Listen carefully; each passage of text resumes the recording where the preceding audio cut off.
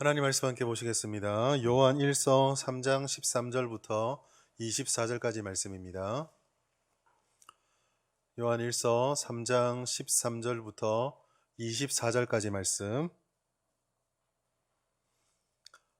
성경과 자막을 보시면서 한 절씩 교도하시겠습니다. 제가 먼저 13절 읽습니다. 형제들아, 세상이 너희를 미워하여도 이상히 여기지 말라. 사랑함으로 사망에서 옮겨 생명으로 들어간 줄을 알거니와 사랑하지 아니하는 자는 사망에 머물러 있느니라. 그 형제를 미워하는 자마다 살인하는 자니 살인하는 자마다 영생이 그 속에 거하지 아니하는 것을 너희가 아는 바라.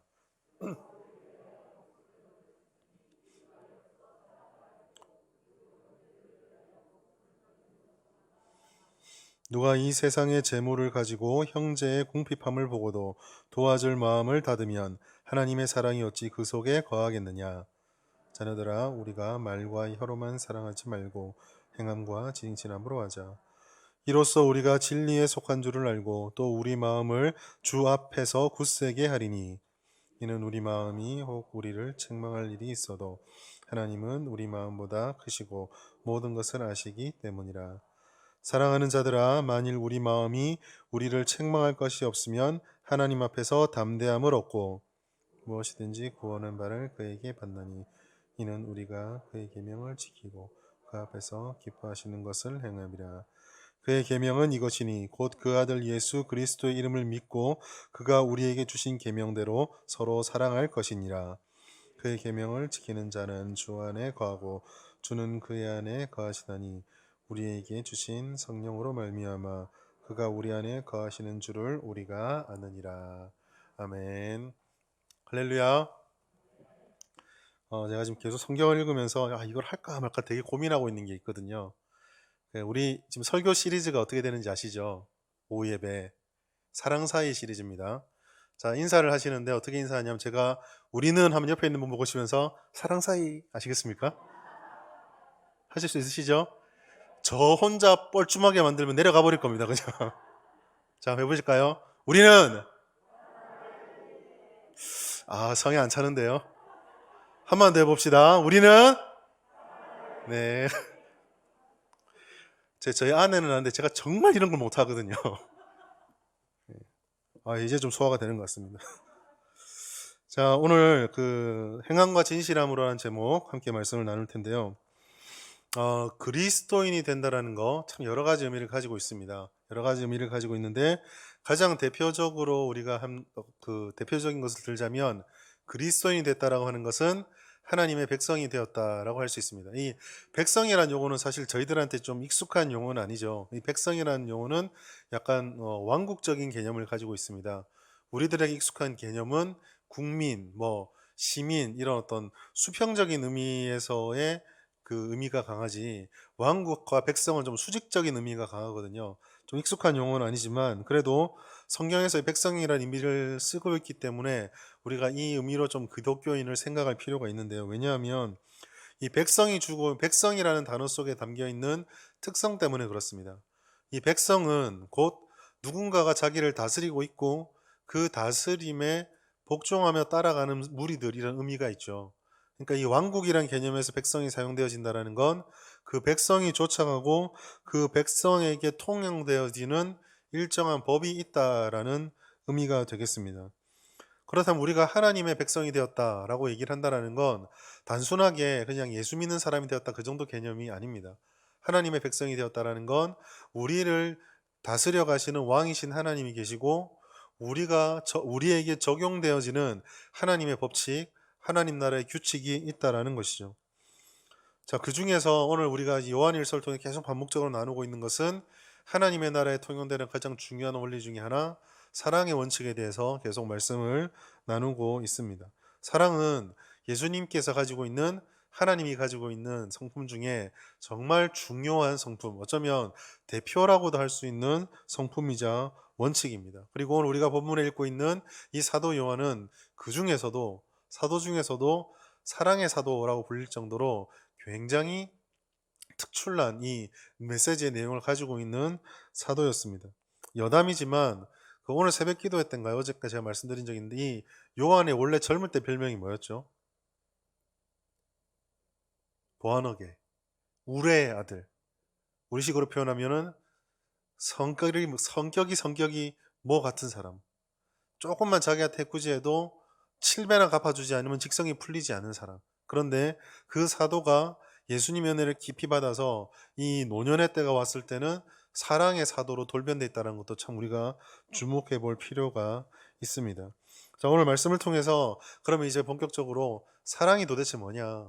사도 요한이 강조하는 사랑이 무엇인지에 대해서 또 그 사랑을 어떻게 우리의 삶을 통해 드러내야 하는지 함께 나눠보도록 하겠습니다. 첫 번째로 사랑은 하나님의 자녀가 되었다라는 가장 명확한 증거입니다. 이분법으로 어떤 구조나 상태를 파악하는 건 명확한 대신에 사람들에게 굉장히 부담스러운 겁니다. 옳은 건 옳은 거고 틀린 건 틀린 거다로 둘로 딱 나누어 버리면 그 한쪽에 속하게 되면 다른 한쪽에 대한 어떤 내 입장을 명확하게 해야 되고 거기에 따르는 책임을 내가 져야 되기 때문에 그 머리로는 이분법을 좋아하지만 사실 우리의 삶의 태도로는 회색지대를 선호하는 편이거든요. 중간에서 적정하게 편안하고 안심하고 살고 싶어하는 마음이 있다라는 것입니다. 그런데 성경의 대부분의 진리들을 대할 때 조금 안타까운 점은 성경의 진리들에는 회색지대가 좀 없다라는 것이 우리들을 부담스럽게 합니다. 성경은요, 중간 어디에선가 우리의 입장을 정하고 거기서 상황에 맞춰서 이를 갔다가 저리로 갔다가 하는 것을 우리들에게 말하고 있지 않습니다. 이러한 것이 왜 중요하냐면 이 세상에 있는 사람들, 세상을 바라보는 성경의 관점 때문에 그렇습니다. 성경의 관점은 특별히 사람을 예로 들자면 이 세상 사람들은 하나님의 자녀와 마귀의 자녀 둘로 딱 양분해서 성경은 말하고 있습니다. 삶이고 죽음이고 소망이고 절망이기 때문에 그 중간에 회색지대가 없습니다.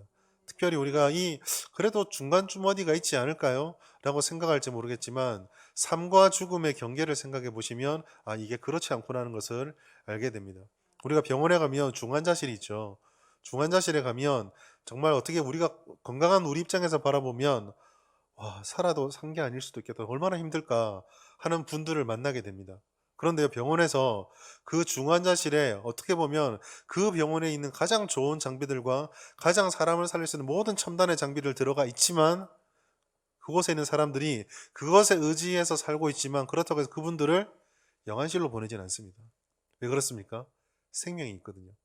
신락 같은 생명이 붙어 있다 할지라도 생명과 죽음은 이처럼 경계가 굉장히 멉니다.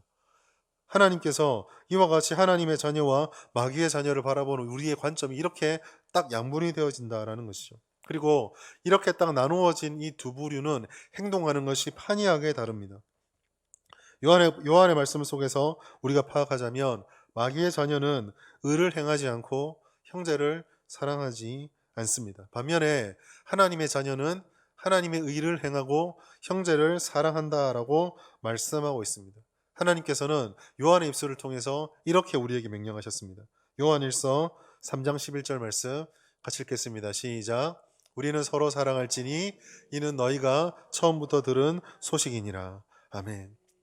하나님께서 우리들에게 분명하게 사랑하라라고 말씀을 하셨습니다. 그런데 그 형제를 사랑한다라는 말은 우리가 그 사랑을 통해서 그런 의로운 행동을 통해서 하나님의 자녀가 된다라는 행동이 하나님의 자녀를 만들어준다라는 것이 아닌 것을 아마 여러분들은 다 아실 겁니다. 그런 의미는 아니죠. 구원이라고 하는 거, 우리가 하나님의 자녀가 되는 것은 오직 하나님의 은혜로 말미암는 것입니다. 그럼에도 불구하고 하나님께서 이렇게 사랑을 강조하실 때 우리는 이 본문에 말씀하는 말을 깨닫기 위해서는 오늘 본문에서 우리가 읽지 않았지만 그 앞에 있는 조금 불편한 성경 구절을 하나 대면해야 됩니다. 12절 말씀입니다. 제가 읽어드릴게요. 가인같이 하지 말라. 그는 악한 자에게 속하여 그 아우를 죽였으니 어떤 이유로 죽였느냐? 자기의 행위는 악하고 그의 아우의 행위는 의로움이라. 지금 이 12절 말씀 제가 읽어드렸는데 11절 말씀 바로 뒤에 있는 말씀이거든요. 사랑하라고 말하시고 그 처음부터 들은 소식이라 말하는데 그 예가 전혀 반대되는 가인의 이야기를 하고 있습니다. 주목해야 될 이유가 분명히 여기서 우리에게 주는 메시지가 있는 것이죠. 왜 가인입니까?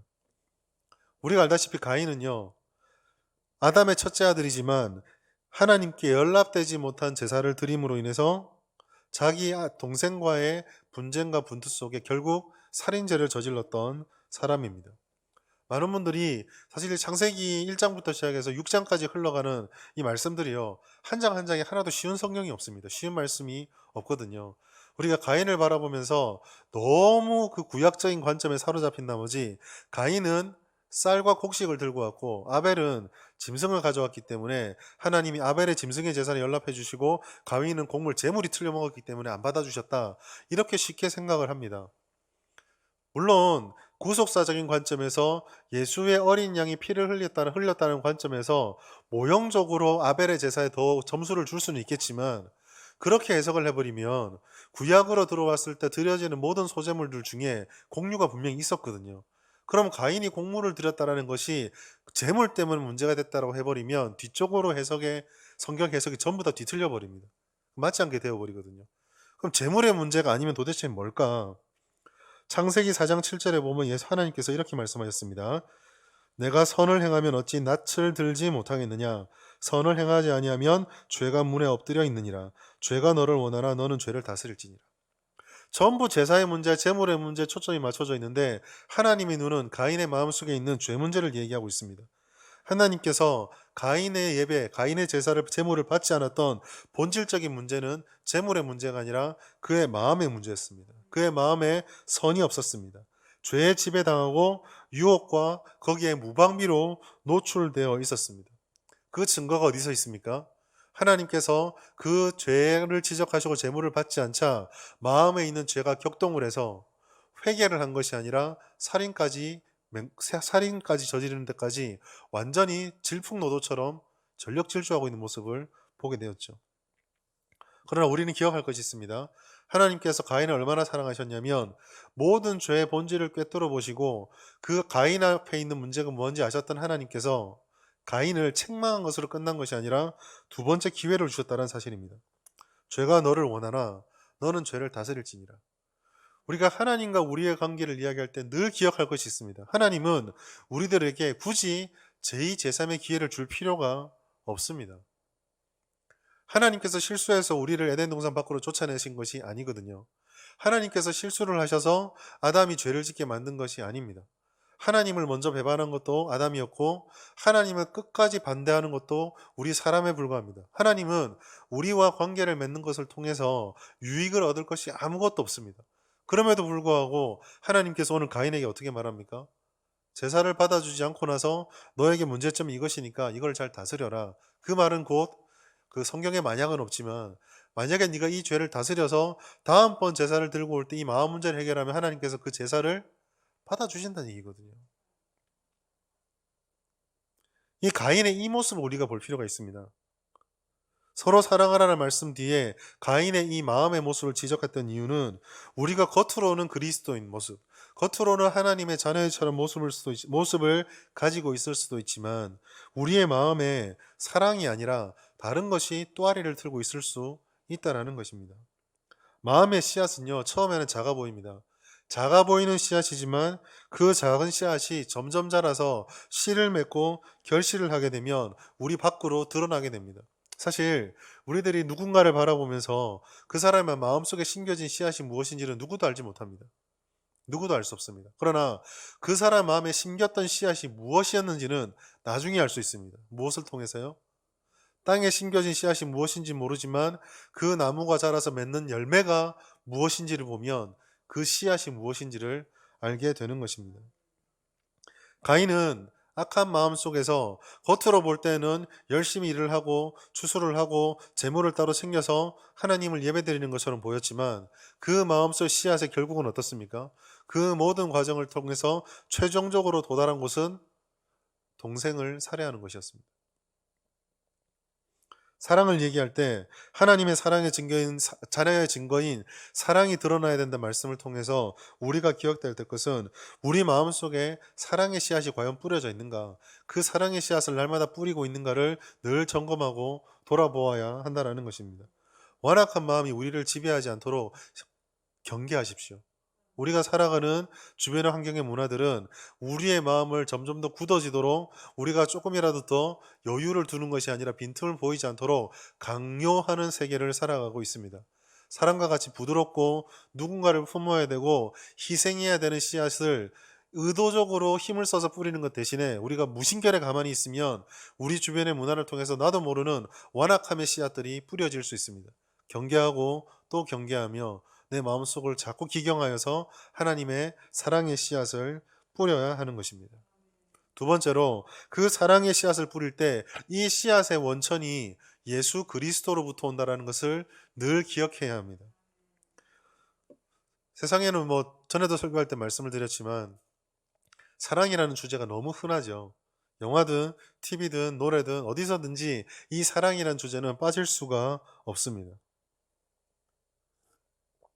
그리고 이러한 사랑의 중심에는 거의 대부분 자신의 감정에 대한 충실함이 자리를 잡고 있습니다. 여담으로 하는 이거 여담이 아니고 좀 안타깝고 슬픈 현실인데요. 오늘날 그 젊은 세대들의 성인식에 대한 그 성에 대한 관념들이 굉장히 예전에 보수적인 때보다는 개방이 많이 되어 있죠. 그 20세가 되기 이전에 그 성적인 관계를 맺는 비율들이 거의 절반, 3분의 1에서 절반까지 된다고 합니다. 더 충격을 드릴까요? 교회에서요. 세상을 말한 게 아닙니다. 교회에서요. 그런 분들과 상담하는 분들 얘기 들어보면 이유가 딱 하나입니다. 사랑해서 그렇답니다. 어느새부턴가 교회도 이 사랑이란 이야기를 들을 때 우리의 정서가 느껴지는 감정적인 원인들을 굉장히 중요시하는 그런 문화 속에 젖어들고 있습니다. 오해하지 마십시오. 하나님께서 지성뿐만 아니라 이성뿐만 아니라 감정도 만드셨기 때문에 이 감정적인 부분들을 완전히 배제해라라고 말하는 것이 아닙니다. 사랑하는 사이에서 감정이 하나가 되어지고 감정적으로 서로를 향한 애틋함이 생기는 것은 너무나 당연스럽고 자연스러운 일입니다. 그러나 세상이 말하는 것은 언제나 세상은요 왜곡의 천재거든요. 마귀는요 거짓의 합입니다. 거짓의 가장 큰 특징, 마귀가 작용하고 사단이 활용하는 거짓의 가장 큰 특징은 원래의 본질을 완전 뒤엎는 것에 있는 것이 아니라 방향을 틀어놓습니다. 약간씩. 원래대로 도달하면 이쪽으로 가야 되는데 처음에는 조금만 틀어놓아서 결론적으로는 완전히 딴 방향에 가게 만드는 거. 이게 마귀의 속임수거든요. 사랑이란 정서가 하나님이 우리로부터 주셨던 것이 분명함에도 불구하고 거기에 무엇인가 다른 것을 뿌려서 처음에는 별 차이가 안 나는 것 같이 보이는데 나중에는 쭉 멀어지게 만드는 것입니다. 사도 요한이 사랑하라고 말했을 때 정서를 배제한 것은 아니고 감정을 배제한 것은 아니지만 그 근거는 훨씬 더 영적인 부분, 본질적인 부분에서부터 찾고 있습니다. 요한일서 3장 16절 말씀. 그가 우리를 위하여 목숨을 버리셨으니 우리가 이로써 사랑을 알고 우리도 형제들을 위하여 목숨을 버리는 것이 마땅하니라. 사도 요한이 발견했던 사랑의 근거는 내가 예수님이 나를 얼마나 사랑해 주셨지? 나를 얼마나 애틋하게 대해주셨지? 내가 예수님 보면 얼마나 가슴이 둥근 이런 것에 있지 않았습니다. 계시의 말씀대로 하나님께서 우리를 위해 죽게 하시려고 예수님을 보내셨고 그가 그 목숨을 버리심을 통해서 그 명확한 증거를 보여주셨던 그 계시의 사실 거기서부터 그는 하나님의 사랑을 찾아냈고 그 사랑이 어떻게 실천되어졌는지 삶의 현실을 쭉 바라보며 삶에서 드러나는 모습을 바라보며 그 사랑을 체험하고 그 사람의 증거를 확보하였습니다. 이것을 사도 요한은 지금 사랑의 씨앗이다라고 우리에게 말해주고 있는 것입니다. 여러분, 자주 듣고 당연하다라고 생각하는 것이 길어지면 때로는 이 중요한 것에 대해서 무감각해질 수가 있습니다. 신앙생활을 하면서 우리에게 정말 중요한 것들이 있죠. 예배, 기도, 믿음 이런 것들은 우리가 신앙생활과 교회에서 숱하게 많은 이야기들을 할 때마다 숱하게 많이 쓰는 단어들입니다. 오늘도 아마 곰곰이 생각해 보십시오. 아침에 교회를 와서 지금까지 성도들과 서로 대화를 나누면서 믿음이든 예배든 기도든 이런 이야기들, 이런 주제의 이야기들을 얼마나 많이 나누었습니까? 그런데요, 콕 집어놓고 누군가를 붙잡아놓고 집사님 예배가 뭔데요? 그러면 순간적으로 당황합니다. 뭐라고 말을 해야 될지 모르겠습니다. 믿음 얘기하는데 믿음이 뭡니까? 그러면 순간적으로 당황합니다.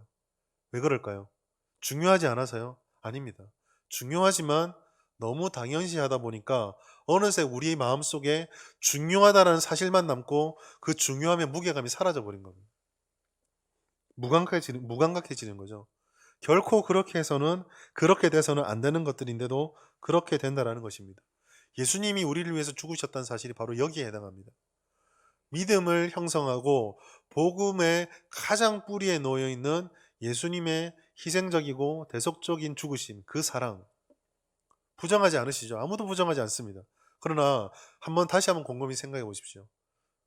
숱하게 그 얘기를 하는데 그 얘기를 할 때 내가 목이 메이나? 이 엄청난 사랑을 받았는데 내 가슴이 정말 어찌할 바를 몰라서 두근두근 뛰고 있나? 결코 은혜를 잊어서는 안 됨에도 불구하고 어느새 조금씩 희석되어지는, 그래서 사실만 남고 감정과 느낌과 그 충만함은 다 사라져 버리는 상태가 올 수 있다는 것이죠. 그렇게 돼서는 안 되는 것입니다. 왜 안 되느냐? 형제를 사랑하는 씨앗을 뿌린다고 할 때 이 예수 그리스도가 그 사랑의 원천이기 때문에 그렇습니다. 다시 말해서 이 원천이 희미해져 버리면 우리가 뿌리는 씨앗은 마치 무정란과 같습니다. 형태는 있는 것 같아서 뿌렸는데 안에 수정할 능력이 사라져 버렸기 때문에 열매가 맺히지 않는 겁니다. 자라지가 않는 겁니다. 단지 행동이 뒷받침되지 않는다. 그렇게 생각해서는 안 됩니다. 한국 교회가 쇠퇴를 이야기를 하며 교회에서 이것저것을 많이 시도해야 된다. 우리가 얼마나 많은 이야기들을 하였습니까? 교회에서 저는 좀 그런 것 같아요. 어느 시점부턴가 부흥했던 교회들의 수기들이나 글을 읽어보면 색다른 게 없습니다. 우리 교회는 이것을 해서 부흥했다. 그런데 어느 교회 가면 똑같이 하는데 안 되는 교회가 있거든요. 그리고 그런 책들과 자료들을 이렇게 찾아서 읽어보면은 거의 비슷합니다. 전도면 전도, 기도면 기도, 예배면 예배, 양육 프로그램, 양육 프로그램, 거의 이런 것들이 그 교회 상황에 맞춰서 조금씩 명칭이 바뀌고 있을 뿐 계속 그것이 돌아갑니다. 현상은 나타나고 행동은 나타나는데 왜 열매가 없을까? 우리는 딴 곳에서 찾아봐야 합니다. 그러한 행동을 유발시켜주고 그러한 프로그램들을 활용함에 있어서 가장 뿌리에 있어야 될 그 씨앗이 혹시 무정란이 아니었는가? 우리의 심령에 이것이 가득 차 있어야 됩니다. 단지 의지의 결단과 노력으로 우리는 우리의 노력과 결단으로 누굴 사랑해야지 하면 할 수 있습니다. 성품에 따라서 아니면 가지고 있는 성숙도에 따라서 조금 더 길게 할 수 있는 사람이 있고 조금 더 많은 것을 포용해 줄 사람이 있고 그렇지 않은 사람이 있을지 모르겠지만 할 수는 있습니다. 그러나 만약에 그러한 호의가 나의 참을성과 내가 가지고 있는 성품과 자질로 할 수 있는 한계점에서 거기서도 거절당하는 순간 그동안 내가 베풀었던 모든 호의들은 이제부터는 공격의 강도로 바뀌어버립니다. 내가 너한테 이렇게까지 했는데 너 어떻게 나한테 이럴 수가 있냐? 내가 너한테 이렇게까지 했는데 어떻게 이걸 모를 수가 있어? 라고 생각하는 순간 지금까지 내가 쏟아부었던 정성이 지금부터 내가 공격하는 강도를 결정해 버린다는 것이죠. 잘 지내는 줄 알았는데 어떻게 저렇게 사이가 나빠졌지? 라고 하는 현상 뒤에 파고 들어가면 거의 이러한 원인들이 자리를 잡고 있습니다. 그러한 것들은 안타까운 일이지만 진정한 사랑이 아닙니다. 예수께서 보여주신 사랑을 한번 기억해 보십시오. 예수님께서는 우리의 반응과 호의에 따라서 사랑의 강도를 조정하지 않으셨습니다. 심지어 자신들이 그토록 사랑했던 제자들이 배신을 하고 도망치고 그렇게 큰 소리 떵떵 쳤던 베드로가 예수님이 보고 있음에도 불구하고 3번이나 부인하고 도망치고 자기의 사랑, 자기가 베풀어줬던 떡과 잔을 마시고 물고기를 먹었던 그 사람들이 자기를 발가벗겨 놓고 밑에서 조롱하고 멸시하는 것을 다 당하시면서 십자가를 짊어지셨습니다. 예수님의 사랑은 원수를 사랑한 이해를 넘어서는 사랑입니다. 로마서 5장 8절 같이 한번 읽겠습니다. 시작. 우리가 아직 죄인 되었을 때에 그리스도께서 우리를 위하여 죽으심으로 하나님께서 우리에 대한 자기의 사랑을 확정하셨느니라. 5장 10절에서 또 이렇게까지 얘기합니다. 곧 우리가 원수 되었을 때에 그의 아들의 죽으심으로 말미암아 하나님과 화목하게 되었은즉 화목하게 된 자로서는 더욱 그의 살아내심으로 말미암아 구원을 받을 것이라. 우리가 원수 되었을 때 그의 아들이 죽으셨습니다. 여러분, 사랑의 행위를 우리가 어떻게 사랑할 것인가를 논하기 이전에 앞서 우리는 우리의 마음이, 우리의 신앙이, 우리의 심령이 먼저 하나님의 사랑과 은혜로 푹 젖어야 합니다. 그것이 먼저입니다. 말씀을 가까이 하심을 통해서 사랑의 속삭임이 지금도 우리에게 끊임없이 속삭여주고 계시는 그 하나님의 음성을 들어야 합니다. 기도를 통해서 문 밖에서 우리가 열어주지 않은데도 오늘쯤 열릴 것인가 기대하며 문을 두들고 계시는 예수님을 기도를 통해서 만나야 합니다. 그리고 그렇게 나의 거실 속에, 나의 마음의 거실 속에 예수님 모셔놓고 끊임없는 사랑의 대화를 통해서 내가 예수님에 대해서 몰랐던 것이 무엇인지, 나에 대해서 과신하고 있었던 것이 무엇인지, 지금 우리의 현실에 대해서 바로 잡아야 될 것이 무엇인지를 계속 묻고 계속 고쳐나가야 합니다. 그렇게 우리가 주님의 사랑 가운데 먼저 우리가 변화되어야 합니다. 이것이 사랑 사이를 만드는 원천입니다. 세 번째로, 그렇게 우리 안에 뿌려진 씨앗들이 있다면 그 다음부터 우리는 행동하는 사랑으로 나아가야 합니다. 마음에 충만하게 받는 은혜는 우리 마음을 만족하는 것으로 끝나서는 안 됩니다. 예전에 어떤 목사님이 그런 얘기를 한번 하신 적이 있습니다. 저도 저희 교회인가에 설교할 때 말씀드린 적이 있는데 자꾸 은혜 달라고 그러는데 그분이 그런 얘기 하더라고요. 은혜 받아서 뭐 할 건데?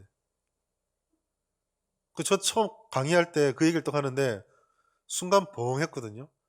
그 은혜를 주시옵소서만 얘기를 했지 그 은혜 받는다는 게 무슨 의미인지, 은혜 받아서 뭐 할 건지 생각을 안 해봤더라고요. 그때까지. 우리도 마찬가지입니다. 하나님으로부터 사랑받고 싶다, 은혜를 받고 싶다 라는 우리의 간구가 있다면 그 다음 우리가 던져야 될 질문은, 하나님께서 우리에게 그 사랑의 씨앗을 심어주실 때 우리가 그 사랑으로 충만해지면 이걸로 뭐 할 건지를 고민해야 합니다. 쉽게 말해서 사랑을 받았으면 실제적인 행동으로 사랑이 나가야 한다는 것입니다. 사실 우리가 예수님을 사랑의 모델로 삼지만 예수님처럼 순교할 수 있는 기회가 흔하지 않죠. 흔하지 않습니다. 그렇기 때문에 사도 요한도 이거를 잘 알고 있기 때문에 예수님이 우리를 사랑해 주신 그 죽어주심의 사랑을 말하면서 이 사랑의 실천을 얘기할 때 굉장히 현실적인 문제를 우리들에게 얘기해 주고 있습니다. 요한일서 3장 17절 18절 말씀 같이 읽겠습니다. 시작. 누가 이 세상의 재물을 가지고 형제의 궁핍함을 보고도 도와줄 마음을 닫으면 하나님의 사랑이 어찌 그 속에 거하겠느냐. 자녀들아, 우리가 말과 혀로만 사랑하지 말고 행함과 진실함으로 하자. 오늘 설교 제목이 들어가 있죠. 행함과 진실함으로 사랑하라고 말하고 있는데 그 첫 시작을 뭐라고 말하고 있습니까?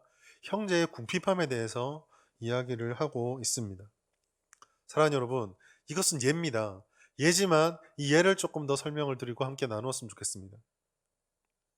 그리스도인으로 살아간다고 얘기할 때에 우리가 하나님의 은혜를 받고 하나님의 성도로 세워졌을 때 교회는 성도들의 수만큼 각자의 인생과 다양함을 가지고 살아가게 됩니다. 교회는 마땅히 그런 곳이어야 되고요. 예전에 백인들이 인종차별을 할 때 백인들의 교회, 흑인들의 교회 나누는 이것들과 같은 차별과 차이는 있을지언정 구별시켜서 차별해서는 안 되는 것이거든요. 교회는 차별이 있는 곳이 아니라 차이가 있는 곳입니다. 그 차이는 단순하게 남녀 성비만을 말하는 것이 아니라 그 학력의 차이가 있을 수도 있고요. 연령의 차이는 더 말할 것도 없고요. 그리고 경제적인 차이도 분명히 존재하고, 요즘처럼 대선이 참 민감하죠. 대선 때 되면은 이 교회 안에 있는 사람들이 다 자기만의 정치적인 스탠스도 다 가지고 있습니다. 이 다양한 차이점이 있는데 특별히 요한은 이 경제적인 차이에 대해서 이야기를 하고 있거든요. 그리스도인들 사이에서도 경제적인 차이는 분명히 존재합니다. 넉넉한 분들도 있고요. 전혀 그렇지 않은 분들도 있습니다. 그런데 하나님께서 너희가 사랑한다면 그러한 차이 속에서 세상과 다른 어떤 모습을 나타내라고 말씀하고 있습니다. 즉, 세상의 제물로 우리 형제들의 궁핍함을 도와주는 것이 사랑의 표현이다라고 말씀을 하고 있습니다.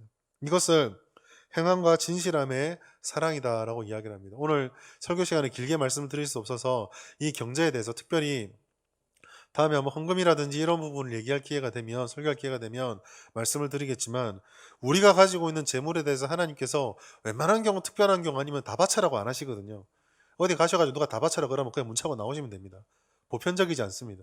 그리고 하나님께서 우리 각자가 가지고 있는 재물로 우리들이 필요한 것들을 쓰고 누리는 것을 정죄하시지 않습니다. 결코 정죄하지 않거든요. 그렇지만 한편으로 우리가 또 생각해야 될 것은 행함과 진실함을 말할 때에 우리가 가지고 있는 것들이나 우리가 가지고 있는 요소들을 어떻게 실천적으로 활용하는지는 분명 하나님의 요구 속에 들어있다라는 것입니다. 여기서 우리가 좀 주목해야 될 것은 있는데요. 행함과 진실함을 말할 때 이 진실함의 문제입니다. 행함과 진실함으로 궁핍함을 해결해 주어라 라고 말할 때 이 진실함이 문제가 될 수 있습니다. 사실 행함은요, 어렵지 않습니다. 행동하면 된다. 어려울 게 없죠. 문제는 이 진실함입니다. 우리 진실함이라는 단어를 딱 보시면 어떤 느낌이 드십니까? 아, 저 사람은 진실한 사람이야. 저 사람은 좀 진실함이 의심돼. 이렇게 느껴지지 않으신가요? 대부분의 사람들에게 진실함은 어떤 한 사람이 가지고 있는 내적인 성품으로 이해가 됩니다. 믿을 만한 사람이 될 수도 있고 그 진실함 때문에 의지할 수 있는 사람도 될 수 있는 이런 성품으로 보여집니다. 그런데 그렇게 결론을 지어버리면 18절에 행함과 진실함이라는 것은 결국 사람이 가지고 있는 내적 자질이 바깥으로 표현되어지는 것에 불과합니다. 그런데 알다시피 우리의 사람들은 한결같음이 없죠. 변덕스럽고 완벽하지 않습니다. 그렇기 때문에 이 진실함을 한 사람이 가지고 있는 성품이다라고 생각을 해버리면 행함과 진실함이라는 것은 결국 그 사람이 변하든지 환경이 변하면 이렇게 바뀔 수도 있고 저렇게도 바뀔 수 있는 것이 되어버립니다. 잘못된 것이죠. 열쇠는요, 이 진실함이 단어가 원래 무슨 의미인가 거기에 있습니다. 이 단어의 헬라어의 원래 뜻은 진실함이다라고 하는 성품적인 성격적인 것보다는 진리라는 단어에 훨씬 가깝습니다. 트러스라고 하는 진리에 가깝습니다. 그렇다면 이 구절은 결국요, 행함과 진실함으로 하자가 아니라 행함과 진리로 행하자. 조금 더 다른 식으로 의역을 하자면 진리를 따라 실천함으로 형제를 사랑하자라고 바꿀 수가 있습니다. 쉽게 말해서 우리가 사랑할 때는 실천적이어야 하는데 이 실천은 우리의 성격이나 성품이나 내적 자질이나 선호도를 기준으로 삼는 것이 아니라 하나님의 말씀의 기준, 말씀을 통해서 우리에게 드러나셨던 예수님의 모델을 닮아가는 것으로 드러나야 한다. 지금 이 말씀을 우리에게 전해주고 있는 것입니다. 그래서 요한은요, 사랑을 행하라, 사랑을 전하라고 말하면서 이 사랑을 계명지키는 것과 연결시키고 있는 것입니다. 당연하겠죠. 진리를 따라서 실천하는 것이면 진리가 무엇입니까? 주님의 말씀, 계명. 사랑하는 자마다 그 계명을 지키는 자요, 계명을 지키는 자마다 하나님을 아는 자가 되고, 진리는 하나님을 알려주고, 하나가 다 연결이 되어져 있습니다. 진실함이라는 단어를 잘못 해석했을 때 이 모든 게 다 뒤틀려 버리게 되는 것이죠. 그렇기 때문에 이런 사랑의 실천은요, 예수님이십니다. 예수님께서는 사랑을 몸으로 보여주셨죠. 자기 희생적 사랑이었습니다. 계산하지 않은 사랑이었습니다. 그리고 상황에 흔들리지 않고 끝까지 자기 사명을 감당하셨던, 죽음도 불사하셨던 사랑이었습니다. 여러분, 상황과 환경을 보면 형제들을 사랑할 수 없고 지체들을 사랑할 수 없습니다. 그리스도를 믿는 믿음, 그리고 그 믿음을 통해서 우리가 받았던 그 사랑의 감격을 풍성히 가지고, 그리고 어떻게 하면 예수님이 보여주셨던 그 모델을 흉내내고 따라갈 수 있을까? 거기에 관심을 두어야 환경과 상황에 흔들리지 않게 되는 것입니다. 어떤 배신을 당하더라도 예수님보다 더 처절하게 배신당할 수 있겠습니까? 그냥 돈이 떼인 정도가 아니라 목숨을 빼앗겼습니다. 배신을 당해도 우린 예수님보다 배신당할 수 없습니다. 멸시와 천대를 받아도 다른 사람들이 나를 핍박한다 할지라도 하나님이 이 땅에 오셔서 그 낮아짐 속에서 더 낮은 취급을 당한 것보다 우리는 멸시 천대 받지 않습니다. 무엇을 생각하더라도 무슨 이유를 갖다 대더라도 예수님이 우리보다 훨씬 더 깊게, 훨씬 더 강하게, 훨씬 더 처참하게 경험하셨습니다. 그렇기 때문에 예수님을 바라보아야지만 우리는 환경에 흔들리지 않고 사랑할 수 있고 사랑받을 수 있게 되는 것이죠. 우리는 기분과 상황에 따른 것이 아니라 말씀을 따라 사랑해야 됩니다. 요한일서 3장 23절 말씀이 바로 그 말씀입니다. 같이 한번 읽어보겠습니다. 시작. 그의 계명은 이것이니 곧 그 아들 예수 그리스도의 이름을 믿고 그가 우리에게 주신 계명대로 서로 사랑할 것이라. 아멘. 여러분, 그렇게 사랑하면은요, 여러분들의 사랑이 정말 사람들의 마음속에 받아들여져서 관계가 화목해지고 그 교회가 더 따뜻해지고 풍성해질 수도 있지만,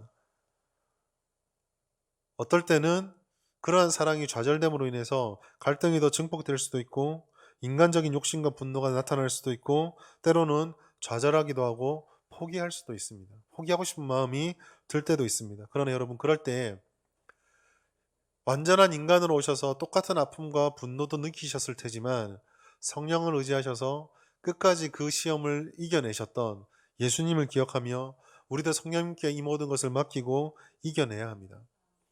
제가 사랑의 예를 들 때 이런 예를 자주 듭니다. 들어보셨을 겁니다. 원수를 사랑하라는 말, 그걸 어떻게 하면 알 수 있을까요?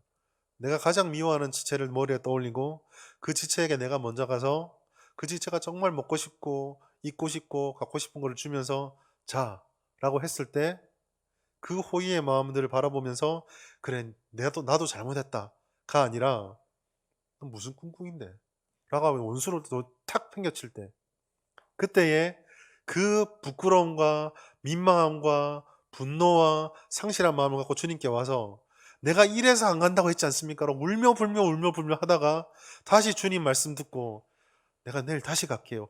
바로 그 순간이 원수를 사랑하라가 체험되는 순간입니다.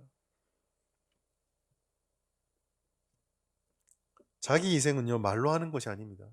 자기 희생은요 정말 힘든 것입니다.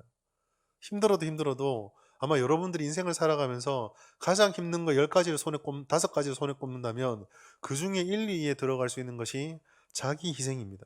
왜냐하면요 계산이 안 통하거든요. 계산으로 할 수 없는 것입니다. 아무리 계산을 해도 이거는 철저하게 마이너스입니다. 그런데 해야 합니다.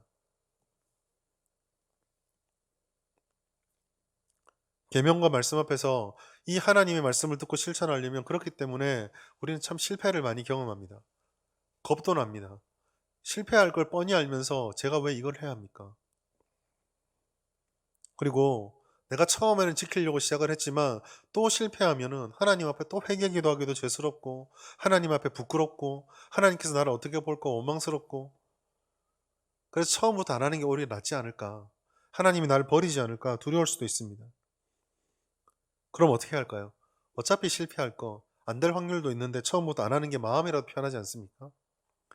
거기에 대한 답변이 20절 말씀입니다. 이는 우리 마음이 혹 우리를 책망할 일이 있어도 하나님은 우리 마음보다 크시고 모든 것을 아시기 때문이라. 아멘. 여러분 이 말씀이 오늘 저와 여러분들에게 위로와 자신감의 말씀이 되었으면 좋겠습니다. 하나님께서 뭐라 말씀하십니까? 우리가 책망할 것이 있대요 마음에. 무슨 말이냐면 신앙생활하고 결단했다 할지라도 그것이 하나님 앞에 자랑이 되고 기쁨이 될 수도 있지만 내가 그걸 못 지켜서 책망의 거리 어떻게 보면 죄가 될 수도 있다는 것입니다. 부족함이 될 수도 있다는 것이죠. 그런데 그러한 마음이 있어도 염려하지 말라고 말합니다. 왜 그렇습니까? 하나님은 우리 마음보다 크시대요. 우리의 결심, 우리의 상심한 마음, 우리의 연약함, 부족함보다 하나님이 훨씬 크시고요. 그 하나님이 뭐라고요? 모든 것을 아신답니다. 이게 무슨 말입니까? 하나님은 우리가 실패한다는 것을 모르신 분이 아니세요. 우리가 어떤 약점을 가지고 있는지 모르신 분이 아닙니다. 하나님 앞에 주님, 내가 주님을 너무 사랑합니다. 하나님 말씀을 철저하게 지키겠습니다. 라는 말을 듣고 야 정말 기쁘다. 네가 이제 결심했구나. 잘하였다 충성된 종아 라고 말씀하시면서 그런데 난 네가 실패할 걸 안다. 난 네가 넘어질 거란 걸 알아. 그렇지만 그걸 알지만 지금 이 고백이 이 결심이 너무 귀하구나. 그게 하나님이라는 것입니다. 하나님의 사랑이라는 것입니다. 우리는 완벽할 수 없고 실패하고 넘어지고 하나님의 신실한 은혜에 비교해서 늘 부족함을 고백할 수밖에 없지만 그런 우리의 연약함을 하나님께서는 책망하는 것이 아니라 그 자체로 받아주시고 인정해 주시고 기뻐해 주신다라는 것입니다. 여러분 하나님은 우리 생각보다 훨씬 크신 분이십니다. 그 전지하신 하나님께서 우리에게 무엇이 부족한지 아시고 우리에게 무엇이 불완전한지를 알고 계십니다. 그렇기 때문에 우리가 신앙생활을 하면서 100번 결단하고 100번 넘어져도 물론 그것이 없으면 좋지만 그것이 치명적인 흠이 되지는 않습니다. 하나님이 다 아시니까요. 오히려 이런 연약함은 우리를 하나님께로 더 나가게 만드는 도구가 되고 동기가 됩니다. 그렇기 때문에 비록 우리는 불완전하고 연약하다 할지라도 우리의 진심과 의도와 동기를 하나님께 고정시키는 것을 힘쓰고 부족하더라도 한 걸음을 뛰시면 됩니다. 아까 원수사랑 제가 말씀드렸죠. 음료수 하나 줬는데 탁 거절했습니다. 그러면요 내일 당장 안 가셔도 됩니다. 속으로 또 부하가 치밀겠죠. 숟가락 떠밀다가 갑자기 손가락 불불 떨리고 이런 경험도 하실 겁니다. 괜찮습니다. 그러나 그렇게 부들부들 떨리고 내 마음에서 사랑의 씨앗을 빼앗으려고 그 잠깐의 분노의 틈을 파고 들어와 네가 뭐가 부족한데 네가 한 번 할 만큼 했다 라는 씨앗을 뿌리는 그 쭉정이 씨앗에 뿌려지는 순간을 경계하셔야 합니다. 그때에 다시 하나님의 사랑의 씨앗을 뿌려야 합니다. 이 연약함을 도우시고 진리의 말씀 앞에 내 자신을 비추고 정말 하나님께서 원하는 것이 무엇인가를 계속 깨어서 경성하고 다가가고 기도한다면 하나님께서는 비록 부족한다 할지라도 우리의 중심을 보시기에 그 행동하는 신앙에 점수를 주시는 것입니다. 이것이 사랑 사이 속에서 행함과 진실함으로 사랑하라는 말씀 속에 담겨 있는 하나님의 뜻과 하나님의 비전입니다. 말씀을 맺도록 하겠습니다. 이러한 신앙은 증명하는 신앙이 됩니다. 입술로만 고백하는 믿음, 입술로 고백한다 라는 것은 믿음에서 굉장히 중요한 신앙의 핵심입니다. 그러나 그렇게 믿음을 드러낸 뒤에 믿음의 증명은 입술로만 되지 않습니다. 우리의 신앙은 삶으로 반드시 나타나고 드러나야 됩니다. 너무나 자주 말씀드렸던 야고보서 2장 17절 이와 같이 행함이 없는 믿음은 그 자체가 죽은 것이라. 여러분 이 말씀을 결코 가볍게 여기지 마십시오. 믿음이 없는 행함이 없는 믿음은 그 자체가 죽은 것입니다. 아무리 화려하다 할지라도 죽은 것입니다. 살아있다면 적당히 꾸며도 생기가 있습니다. 그러나 죽어 있으면 온갖 분칠을 하고 아무리 좋은 옷을 입혀도 아무리 쳐다보아도 생기는 느껴지지 않습니다. 계산으로 하는 손해보지 않은 범위를 선정하고 우리의 행동을 통해서 어떤 결과가 주어질지 눈앞에 빤히 보인다 할지라도 그것이 내가 속는다고 할지라도 거기에 하나님의 씨앗을 갚을 수 있는 방법이 있다면 그것이 하나님이 원하는 것이라고 한다면 우리 실천했으면 좋겠습니다. 형제를 사랑하고 서로의 필요를 채워주며 어려움이 있는 곳에서 그 어려움을 짊어지고 내가 먼저 한 걸음 희생하고 내가 먼저 낮아지고 내가 먼저 죽어져야 하겠습니다. 청년들과 다음 세대를 살리는 것도 마찬가지입니다. 기도하시고 관심 가져주시고 기뻐해 주시되 한 번쯤은 지금 예배 드리고 좀 있으면 예배 끝나거든요. 예배 끝나는 청년부실에 피자 한 5판 들고 가시는 것이 훨씬 더 사랑하는 방법일 수도 있습니다. 정말 필요한 것들을 채워주고 그래서 어려움이 없는 교회가 되기보단 그 어려움 때문에 하나님의 사랑이 더 풍성하게 나눠주고 드려지는 그런 복된 교회가 되었으면 좋겠습니다. 저희들은 사랑 사이입니다. 그 사랑 사이를 행함과 진실함으로 누려서 하나님의 씨앗이 사랑의 결실로 맺어 진주에서 사랑이 가장 뛰어난 교회, 성북교회 칭찬 들을 수 있는 저와 여러분 될 수 있기를 예수님의 이름으로 축복합니다. 하나님 아버지 감사합니다. 오늘도 저희들에게 말씀을 허락하여 주시고 사랑 사이의 말씀을 나누어 행함과 진실함으로 진리를 따르는 행동으로 사랑을 드러내라고 말씀해 주시니 감사합니다.